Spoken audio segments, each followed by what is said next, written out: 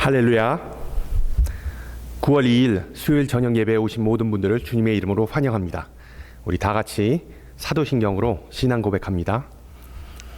전능하사 천지를 만드신 하나님 아버지를 내가 믿사오며 그의 외아들 우리 주 예수 그리스도를 믿사오니 이는 성령으로 잉태하사 동정녀 마리아에게 나시고 본디오 빌라도에게 고난을 받으사 십자가에 못 박혀 죽으시고 장사한 지 사흘 만에 죽은 자 가운데서 다시 살아나시어 하늘에 오르사 전능하신 하나님 우편에 앉아 계시다가 저리로서 산 자와 죽은 자를 심판하러 오시리라.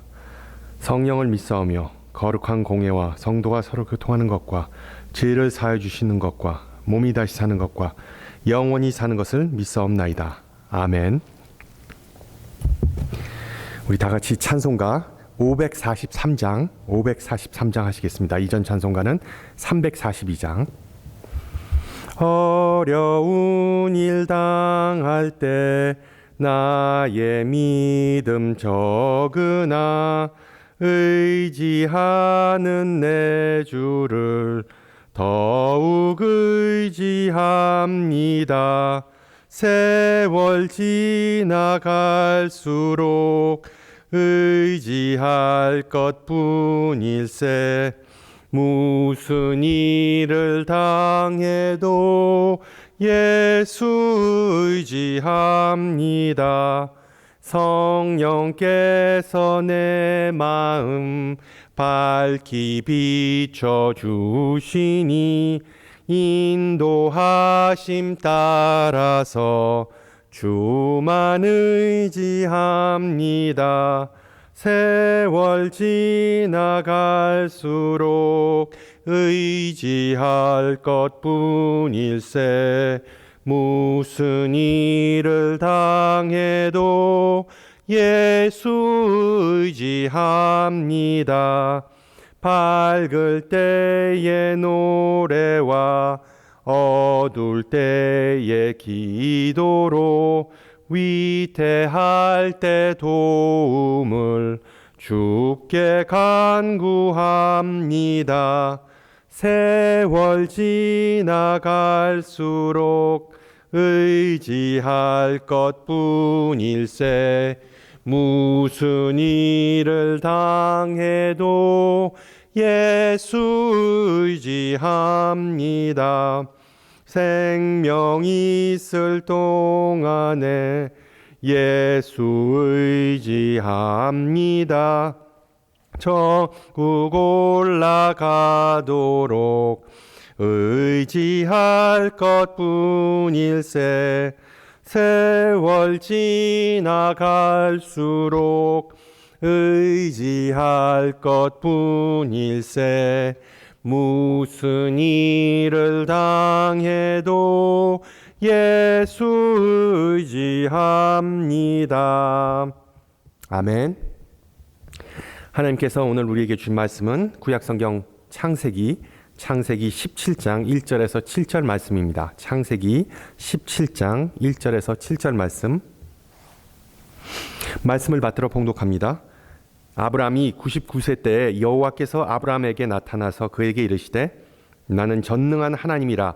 너는 내 앞에서 행하여 완전하라. 내가 내 언약을 나와 너 사이에 두어 너를 크게 번성하게 하리라 하시니 아브라함이 엎드렸더니 하나님이 또 그에게 말씀하여 이르시되 보라, 내 언약이 너와 함께 있으니 너는 여러 민족의 아버지가 될지라. 이제 후로는 내 이름을 아브라함이라 하지 아니하고 아브라함이라 하리니 이는 내가 너를 여러 민족의 아버지가 되게 함이니라. 내가 너로 심히 번성하게 하리니 내가 내게서 민족들이 나게 하며 왕들이 내게로부터 나오리라. 내가 내 언약을 나와 너 및 내 대후손 사이에 세워서 영원한 언약을 삼고 너와 내 후손의 하나님이 되리라. 아멘. 요즘 소비 문화가 참 많이 바뀌었다는 생각이 들었습니다. 사람들이 음식, 전자제품 그리고 가전제품과에 돈을 더 많이 쓰는 반면에 우리가 있는 의류, 여행 그리고 또한 각종 서비스에는 돈을 덜 쓰는 것을 우리가 알 수 있습니다. 전반적으로 코로나 사태가 시작된 이래 크고 작은 비즈니스들이 다 타격을 받았습니다. 몇 주 전에 오일 체인지 하러 정비소에 들렸는데 그 작업을 마치면은 그 유리에 그 스티커를 붙여주잖아요. 그런데 다음 오일 체인지 예정이 6개월 후인 것을 보고 이제 오일 체인지에 관해서 더 이상 3,000마일 혹은 3개월의 법칙은 적용되지 않음을 알 수 있었습니다. 뭐 사람들이 차를 덜 모니까 그런 현상이 있겠죠. 그래서 참 안타까운 마음이 들었습니다. 수년 동안 정비를 도와준 사장님이신데 신속하게 그리고 양심적으로 자동차를 봐주셨습니다. 물론 우리가 사는 미국에서 자동차 정비업소와 정직함이라는 단어들이 잘 매치가 안 되지요. 그런 이유 때문에 아마도 많은 자동차 회사들이 뭐 4년, 6년, 10년 그런 워런티 같은 것들을 시장에 내놓았는데, 여러분 특히 그 2000년대 초반에 현대자동차가 10년 그리고 10만 마일 서비스, 워런티 서비스를 선보이면서 그 브랜드 밸류가 상당히 상승했습니다. 소위 말하는 애프터 서비스가 좋은 회사라는 그런 메시지와 더불어 현대차 하면 품질과 성능은 신뢰할 수 있다는 그런 메시지가 담겨 있었던 것이죠. 물론 한국에서는 국산차 하면 신뢰도와 품질은 꽝이라는 그런 생각이 사람들 머릿속에 단단히 박혀 있습니다. 사회계약 이론은 헬라 철학만큼 상당히 오래된 개념인데, 인간이 서로 모이면 계약 혹은 약속을 기반으로 집단 생활이 가능해진다는 이론입니다. 그리고 이 맺은 약속, 계약은 본질적으로 각 구성원들이 미래에 취할 행동들을 반드시 지키도록 하는 그런 구속력이 있다는 그런 이론이죠. 집단 생활을 하면 자기 마음대로 할 수 없고 항상 눈치를 보는 것이 그 대표적인 사례입니다. 그렇지만 미래의 불확실성으로 인하여 약속을 반드시 지킬 수 없는 상황이 오거나 아니면 약속을 지키면서 나중에 다소 피해를 입을 수 있다는 그런 문제가 발생하죠. 그래서 어쩔 수 없이 약속을 깨야 하는 상황이 많이 발생하기도 하는데, 예를 들면 지금 비행기 회사들이 수많은 사람들을 정리해고하면서 그 노동계약서를 이행하지 못한다는 그런 소식, 뉴스를 자주 들을 수가 있습니다. 개인적인 차원에서 월세를 못 내서 렌트 계약을 지키지 못하는 사람들이 집에서 쫓겨난다는 안타까운 소식도 들려옵니다. 이와 같이 어쩔 수 없이 외부적인 요인 때문에 약속을 지키지 못하는 경우가 상당히 있습니다. 이거는 반대로 많은 정치인들이 공약을 남발하고 나중에 지키지 않은 경우도 빈번하죠. 특히 이제 11월이면은 대선인데 많은 유권자들이 정치인들의 그 신물을 느끼는 이유 중에 하나가 공약을 지키지 않는다, 거짓말을 밥 먹듯이 한다기 때문에 두 번 다시 안 당한다, 두 번 다시 안 죽는다는 생각을 합니다. 근데 여러분 한번 생각해 보세요. 윗물이 맑아야 아랫물이 맑다라는 속담이 있는데, 일반인들도 일상 가운데서 사소한 약속을 쉽게 깨는 경향이 수도 없이 발견됩니다. 물먹이다, 골탕먹이다라는 그런 일들이 비일비재한 우리가 사는 현대사회는 특히 약속의 구속력이 정말 땅에 떨어졌음을 우리가 목격할 수 있습니다. 오늘 읽은 본문은 하나님께서 아브라함에게 약속하는 그 장면을 묘사하고 있는데, 소위 말하는 아브라함 언약 중에 일부분입니다. 이미 창세기 12장과 15장에서 하나님은 아브라함에게 약속을 하셨기 때문에 17장의 내용은 그 전에 했던 약속, 언약, 그 계약의 연장선, 팔로우업이라고 보시면 되겠습니다.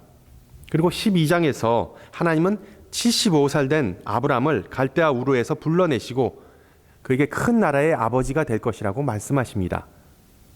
당시만 해도 후손이 없었던 아브라함이 적어도 한 명의 적자를 얻어 더 많은 후손들이 나올 거라는 그런 의미였죠. 그러나 그 당시만 해도 이미 출산 연령을 훌쩍 넘겨버린 사라에게서는 아무런 기쁜 소식이 들려오지 않았습니다. 그리고 몇 년이 지난 후에 창세기 15장에서 아브라함은 여전히 아무런 후손이 없었기 때문에 하나님께서 혹시 약속을 까먹었나를 염려한 나머지 그 당시의 풍습에 따라서 자신의 하인 가운데 한 명인 다메섹 사람 엘리에셀을 후계자로 지명하고자 합니다. 이에 대해 하나님은 내 몸에서 날 사람이 상속자가 될 거라는 그런 예언을 하십니다. 그런데 그 예언도 별 효력이 없었는지 사라의 임신에 대한 조짐이 전혀 없었습니다. 결과적으로 사라는 아브라함에게 자신의 여종인 하갈과 함께 동침한 후에 아들을 가질 것을 제안하고 그리고 결국 이스마엘을 낳게 됩니다. 그러자 아브라함은 바로 이스마엘이 약속의 후손임을 확신하게 됩니다. 그리고 이것이 바로 오늘 창세기 17장의 맥락입니다. 성경에는 왜 이스마엘이 아브라함의 뒤를 이을 언약의 주인공이 될 수 없는지에 대한 설명은 분명히 나오지 않습니다. 그러나 하나님은 이스마엘에게도 축복을 주시지만 사라에게서 난 이삭이라는 또 다른 아들이 그 축복의 주인공이 될 것이라고 본문에서 말씀하십니다. 그 약속의 징표로 높임받는 아버지라는 의미의 아브람을 만인의 아버지라는 의미의 아브라함으로 이름을 바꿔주시죠. 마찬가지로 그의 아내의 이름 사레를 사라로 바꿔주시는데 그 이름에는 아무런 변화가 없었습니다. 사레 혹은 사라 둘 다 공주, 프린세스라는 뜻입니다. 그런데 우리가 주목해야 할 부분은 하나님께서 또 다른 이름으로 자기 자신을 소개한다는 그 내용인데 그 부분인데 여러분 1절을 보시면 전능한 하나님이라는 단어가 여기에 등장합니다. 원래 히브리어로 엘샤다이인데 창세기에서 하나님은 여태까지 오직 엘로힘이라는 이름으로 자신을 드러내셨습니다. 태초에 하나님 즉 엘로힘이 천지를 창조하시니라. 구약을 통틀어 이 엘로힘이란 명칭은 총 2500여 번 등장하는데 우리말로 하나님으로 그냥 번역됩니다.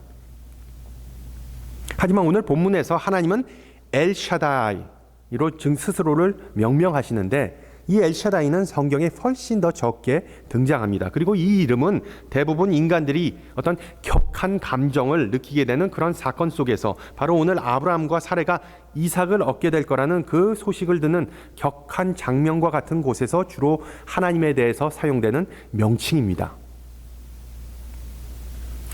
엘샤다이에서 엘이라는 단어는 엘로힘 즉 하나님의 약자이지만 그 뒷부분 샤다이의 어는 아직까지도 잘 알려진 바가 없습니다.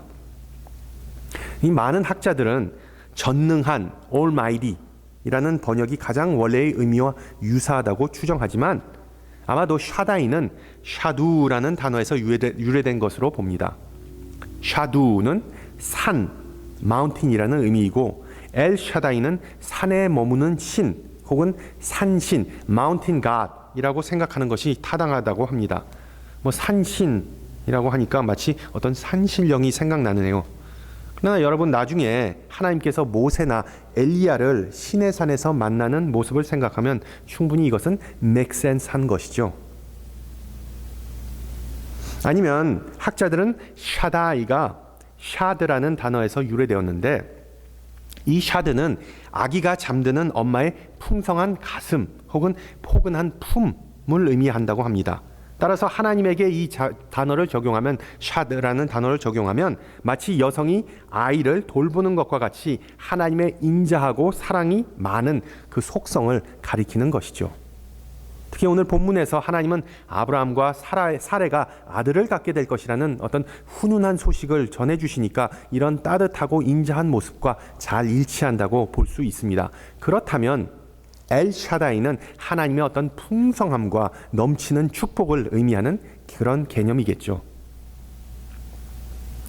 어원이 어찌됐든 구약 성경에서 엘샤다이라는 호칭이 오늘 본문에서 가장 처음 등장한다는 것은 바로 하나님은 약속을 지키시는 분이라는 의미입니다. 약속을 지키시는 하나님이라는 그런 컨텍스트, 그런 배경 속에서 이 이름이 등장하기 때문이죠. 그래서 하나님께서 아브라함을 대면하시면서 자신의 이름을 엘샤다이를 폭로하는 이유는 바로 하나님은 신실하시고 변함이 없는 분임을 알려주는 것이죠. 마찬가지로 하나님은 기다림에 지친 아브라함을 위로하시는 하나님이신데 정치인들처럼 어떤 공약을 남발하는 분이 아니라 언약이라는 분명한 실체, 증거를 제공하시는 분이십니다. 그 언약 그 증거가 무엇입니까? 그 언약을 받은 아브라함과 사라는 이름이 바뀌면서 큰 민족의 왕자와 공주란 신분으로 격상하게 되는 것이죠. 인간의 이름을 바꾸어 주시면서 동시에 자신의 이름까지 새롭게 드러내는 하나님은 이제 자신과 아브라함과 사레라는 그 노부부는 뗄래야 뗄 수 없는 약속의 가족, 언약의 공동체를 이루는 것을 상징적으로 보여주시는 것입니다. 예전에도 말씀드렸지만 고대 이스라엘에서 이름은 한 사람의 인격, 과거와 미래까지를 가리켰습니다. 지금 현대사회에서 이름이 마음에 안 들면 언제든지 바꿀 수 있지만 고대 근동 지방에서 이름을 바꾸는 것은 자신의 과거와 미래를 포함한 자신의 인생을 싹 다 바꾸는 의미였습니다. 그 사례들이 성경에 나옵니다. 야곱에서 이스라엘, 시몬에서 베드로, 사울에서 바울로 이름이 바뀌면서 그 모든 사람들은 결국 과거를 청산하고 완전히 새로운 인생을 살게 됩니다. 그리고 오늘 아브라함과 사라도 이제 언약의 백성으로 자신들의 뜻과 계획이 아닌 하나님의 뜻과 청사진에 의해 산다는 것이 오늘 본문의 요점이겠죠. 저와 여러분, 우리 모두는 이 새 언약 공동체의 후손이자 자녀들입니다. 우리가 예수님을 만나서 우리의 뜻이 아니라 하나님과 예수님의 뜻을 최우선으로 생각하면서 살아가는 존재임을 믿으시기 바랍니다. 더 나아가 새로운 우리의 신분은 우리 자신에 대한 새로운 이해뿐만 아니라 하나님에 대한 새로운 이해, 깊은 이해를 반드시 수반합니다. 우리가 하나님에게 예배하고 찬양할 때 하나님이 어떤 분이시고 나를 위해 무슨 일을 하셨는지에 대해 무지하거나 아니면 아리송하면 그 예배에는 기쁨과 감사가 없고 그 예배는 결국 죽은 의식으로 전락해버리기 마련입니다. 우리가 하나님의 약속과 신실하심을 가볍게 여기거나 무시할 때 하나님은 멀리 계신 하나님은 그냥 우주 만물을 창조하시고 나중에 인간이 어떻게 되는지 신경 쓰시지 않는 그런 하나님으로 느껴지면서 개인적인 만남, 개인적인 관계를 성립하기 힘든 생소한 하나님이 돼버리고 맙니다. 그러나 하나님께서 엘샤다이, 즉 전능하시고 약속을 지키시는 분임을 알고 믿으면 우리는 하나님의 인격을, 하나님의 정체성을 온전히 깨닫게 됩니다. 이 세상은 하나님을 믿지 않고 사람들을 믿지만 약속의 백성인, 약속의 공동체인 우리들은 하나님을 믿고 세상을 믿지 않는 새로운 삶을, 새로운 패턴을 살게 된다는 것이죠. 실제로 성경을 보면 하나님은 꾸준히 그 약속을 지키려고 노력하시지만 인간은 계속해서 그 약속을 깨고자 하는 모습이 줄줄이 나오는 것입니다. 성경을 구약과 신약으로 나누는데 알다시피 구약, 옛 약속과 신약, 새 약속의 어떤 약자입니다. 그런데 중요한 것은 구약이든 신약이든 그 둘 다 하나님의 약속이라는 것이죠. 그리고 그 약속의 내용은 똑같습니다. 동일합니다. 바로 하나님은 우리의 하나님이 되실 거라는 그 내용입니다. 어떤 이들은 구약에는 복음이 없고 신약에만 복음이 있으니까 구약을 스킵해도 된다고 주장하지만 이런 주장은 교회사적으로 볼 때 이단으로 판명된 주장입니다. 잘못된 신학이죠. 구약과 신약, 올드와 뉴의 차이점은 어떤 것이 더 낫고 더 유효하다의 개념이 아니라 하나님의 백성이 하나님과 관계를 맺고 약속을 지키는 방식을 가리키는 단어일 뿐입니다. 우리가 알다시피 구약에서는 제사와 율법을 통하여 그리고 신약에서는 예수 그리스도를 통하여 그 관계를 맺어왔다는 것이죠. 그렇기 때문에 신약의 많은 저자들은 그리스도인들은 하나님께서 아브라함에게 하신 약속의 후손들이자 상속자임을 꾸준히 상기시켜 줍니다. 특히 바울은 갈라디아서에서 너희가 그리스도의 것이면 곧 아브라함의 자손이요 약속대로 유업을 이을 자니라고 기록합니다.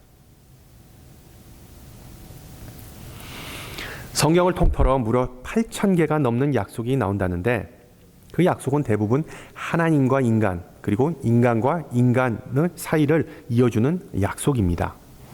바꾸어 말하면 신앙생활을 포함한 인생은 약속이란 요소를 빼놓고 논할 수가 없다는 것입니다.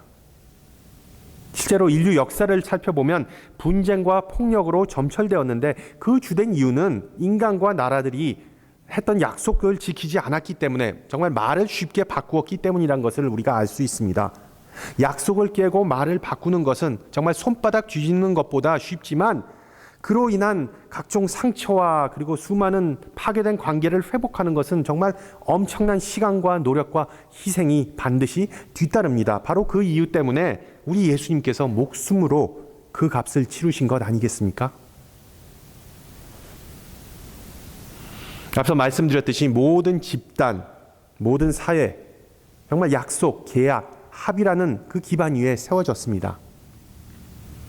결혼과 가족제도, 노동계약서, 민법, 각종 제품의 워런티 서비스 같은 것들을 일일이 우리가 신경 쓰면서 살지 않지만 이 모든 것들 덕분에 안정되고 건강한 사회가 지탱된다는 것이죠. 한번 보세요. 이 경찰에 대한 신뢰와 그 관계가 깨지니까 미국 사회가 지금 상당히 불안해지지 않습니까? 많은 이들이 이것은 어떤 지도자들과 시스템에 문제가 있어서 그렇다고 말하는데, 남의 티끌은 잘 보이지만 자신의 들보는 잘 보이지 않는 것이 인지상정이죠. 18세기 프랑스 혁명이 실패로 끝나게 된 주된 이유는 지도 계층이 정책적으로 큰 실수를 한 것이 아니라 평민들이, 그러니까 일반 서민들이 일상 속에서 약속을 안 지키고 자신이 맡은 의무를 등한시했다는 이유라고 역사학자들은 지적하고 있습니다. 하나님의 자녀이자 백성인 우리는 하나님에 대한 우리의 의무와 약속을 잘 지키는지 반드시 짚고 넘어가야 합니다. 여러분이 하나님을 믿는 만큼 하나님은 여러분을 믿으신다고 생각하십니까?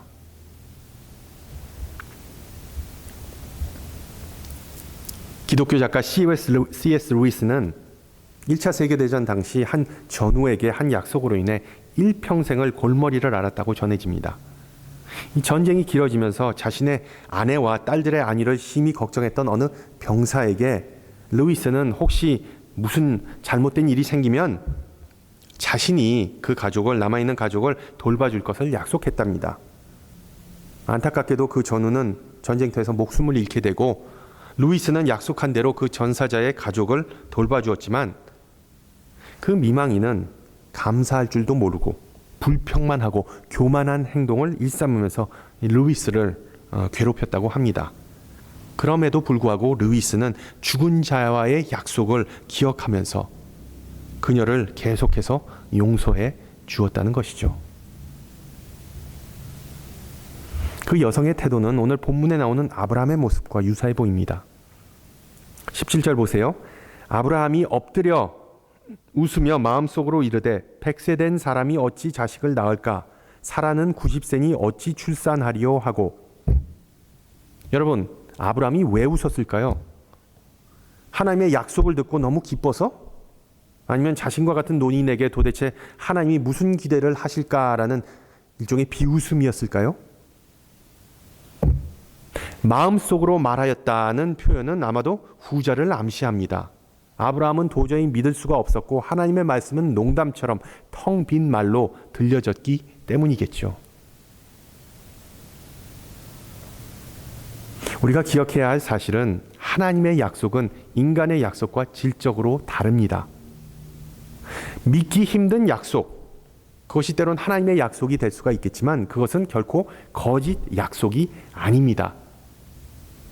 믿기 힘든 약속과 거짓 약속은 완전히 다르듯이 오늘 본문에 나오는 아브라함은 믿음의 조상과는 동떨어져 있는 모습이고 불신과 비웃음이 가득한 모습을 보여줍니다. 하나님께서는 분명히 자신을 전능한 하나님 엘샤다이 하나님으로 밝히셨지만 아브라함은 그 이해를 전혀 이해하지도 않고 고려하지도 않았던 것입니다. 미국 연합감리교 감독이자 듀크 신학교 설교학 교수인 윌리엄 윌리먼 목사는 아브라함의 이런 모습에 대해 다음과 같이 말합니다. 사회의 테두리로 점점 밀려나고 늙어가고 힘을 잃어가는 미국 교회는 하나님께서 아브라함에게 하신 그 약속을 다시 듣고 그 약속에서 배워야 한다고 설교합니다. 즉 하나님은 약속을 지키시는 분일 뿐만 아니라 길이 없는 곳에 길을 만드시는 분이시다. 영어로 Promise Keeper와 Pathfinder. 그러면서 그는 설명하기를 오늘날의 교회는 하나님께서 그의 백성을 언젠가는 거룩한 백성, 열방의 빛으로 세우신다는 그 약속을 기억해야 한다. 비록 지금 우리에게는 미래가 없고 우리는 연약하고 암울한 전망만 남아있는데 마치 아브라함이 그랬던 것처럼 하나님의 약속을 들은 교회는 썩소와 또는 비웃음을 남발할 수 있다.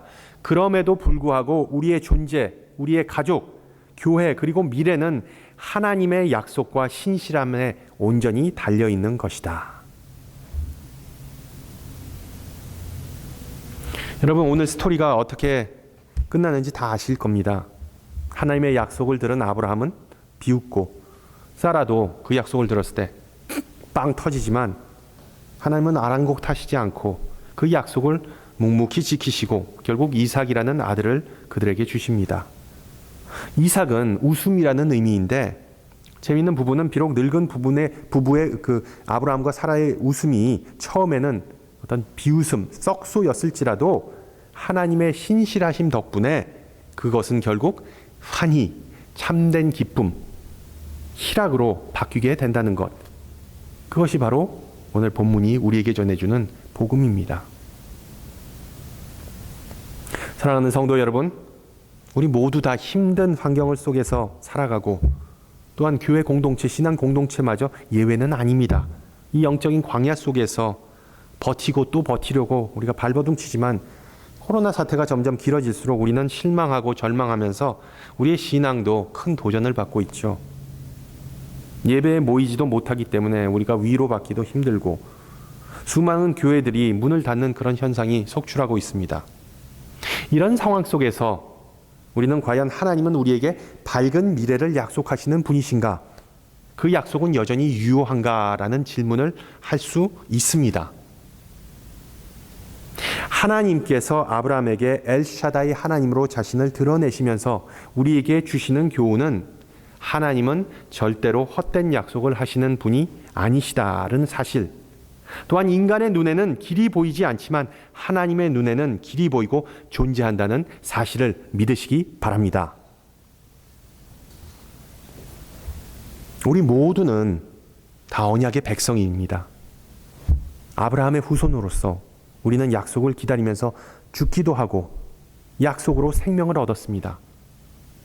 아브라함은 이삭이라는 후손을 받지만 수많은 후손을 보지 못하고 결국 죽었습니다.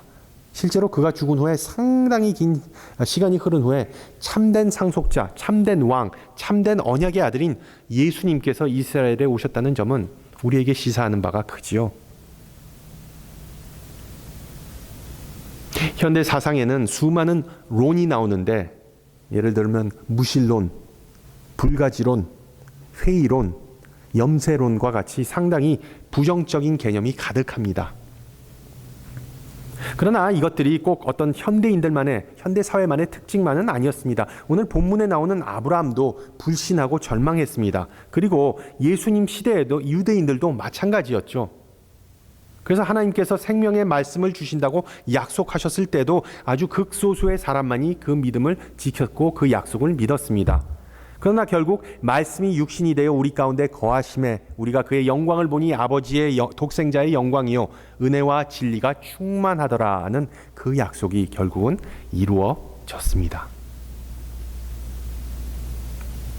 우리 인간은 구체적이고 즉각적인 것을 선호하는 경향이 있습니다. 특히 우리 한국 사람들의 그 빨리빨리 그리고 쪽집게는 정신 때문에 예수 믿는 사람들도 뭐 두리뭉실한 답을 내놓는 목사님들보다 예수 믿으세요. 그리고 기도합시다. 그리고 기다려 봅시다. 라는 그런 목사님들의 조언보다는 점쟁이들을 찾아가는데 꺼리낌이 없다고 하죠.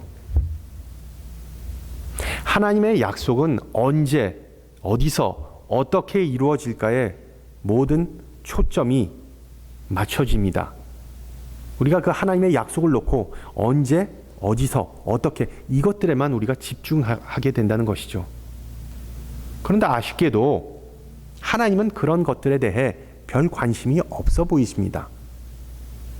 우리가 잘 아는 알곡과 쭉정이의 비유에서 하나님은 자신의 때 카이로스 시간을 따라서 일을 처리하시는 모습을 보여주십니다. 끝까지 죄인이 회개할 수 있게 의인들을 최대한 불러 모으시는 것, 그것이 신실하고 사랑이 많으신 하나님의 관심입니다. 그래서 날마다 소망을 가지고 하루하루 살면서 어떤 일이 발생하더라도 결국 하나님의 뜻이 이루어질 거라는 그 믿음이 우리에게 중요한 것이죠. 지금과 같이 모든 것이 불확실하고 힘들 때 아브라함과 같이 엘샤다이 하나님을 만나는 역사가 있기를 기원합니다. 하나님은 전능하시고 위로의 하나님이십니다.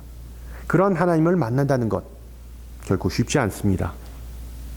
그 위대한 아브라함도 수많은 시행착오를 거친 후에야 비로소 하나님을 온전히 의지하고 이해하고 순종하는 모습을 보여주기 때문이죠. 여러분, 말씀을 액면 그대로 받아들이시고 약속을 마음 깊이 간직하시면서 하나님을 만나시기를 소망합니다. 그래서 신실함의 최고봉인 우리 예수님의 형상이 여러분들 가운데서 회복되는 그런 역사가 있기를 주님의 이름으로 축원합니다. 우리 함께 기도합니다. 은혜와 사랑이 많으신 하나님 아버지, 이 시간 우리와 함께 귀한 시간과 말씀을 나누심을 감사드립니다. 빈말과 각종 헛되나 약속이 낭무하는 이 세상 속에서 진리와 공의의 근원이신 하나님을 바라보고 의지하기를 소망합니다. 주님, 주님의 자녀로서 주님 앞에 했던 모든 약속을 이 시간 돌아봅니다. 기도와 묵상으로 주님과 함께 시간 보낼 것을 다짐했지만 바쁜 일상을 핑계로 주님을 실망시켰음을 고백합니다. 하나님의 말씀을 매일 읽고 배우기를 다짐하였지만 각종 의무와 방해물 때문에 주님의 뜻을 따르지 못하였음을 회개합니다. 주님께서 우리에게 맡겨주신 사역과 그리고 또한 많은 형제자매들을 사랑하고 섬길 것을 다짐하였지만 우리의 이기심과 무관심 때문에 그렇게 하지 못하였음을 이 시간 고백합니다. 우리의 연약함을 용서하시고 우리의 안목이 온전히 주님에게로 향하기를 원하오니 우리를 지키시고 위로하시고 불가능을 가능케 하시는 엘샤다이 하나님을 매일 만나고 체험할 수 있게 하시옵소서. 우리 자신을 알고 하나님을 알면서 우리의 모든 헌신과 믿음과 그리고 예배가 주님의 영광을 드러내는 역사가 있을 줄 믿습니다. 주님, 지금 이 땅과 많은 사람이 고통과 슬픔 속에 지내고 있습니다. 계속되는 자연재해, 질병과 사회적 갈등과 어두운 소식 때문에 우리의 건강, 삶의 터전과 신앙이 흔들리고 있습니다. 우리를 수렁에서 건지시고 회복시키시는 주님의 전능하시고 치유하는 손길과 구원하시는 빛으로 우리에게 속히 오시옵소서. 성부 성령과 하나 되신 예수 그리스도의 이름으로 기도합니다. 아멘. 벌써 이번 주일이면은 레이버데이 위켄이네요. 특히 여행 떠나시는 분들 조심하시고요. 이제 날씨가 선선해지면서 건강 관리에도 신경 쓰시기 바랍니다. 한 주간 평안하시고 다음 이 시간에 만나 뵙도록 하죠. 샬롬.